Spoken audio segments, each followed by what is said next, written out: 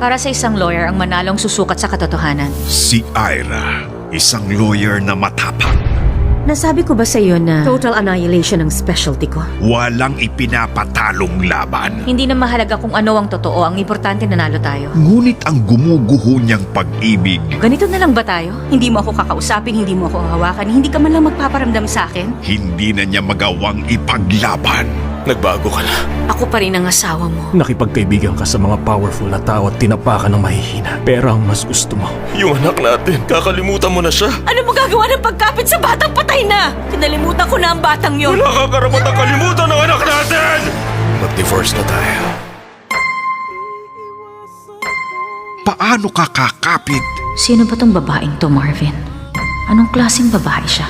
kung may iba pang dumidikit? Ang chance hindi dapat pinalalampas. Handa akong sumama sa'yo. Kahit pa nga sa impyerno.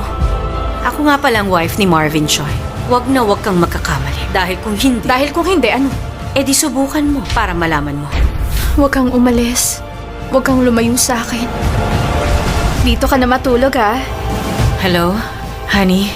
Oh, Nasaan ka? nasa lab. Huwag mo na akong hintayin. Dito na ako matutulog.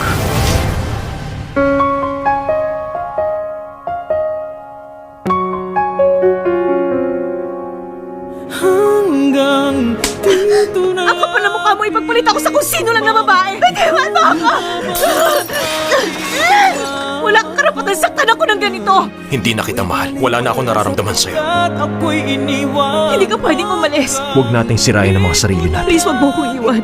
Pipigilan ko ang pagdi-divorce yung dalawa. Daddy, alisin niyo muna si Ira sa buhay ko. Gusto ko na siyang mawala. I love you, Marvin.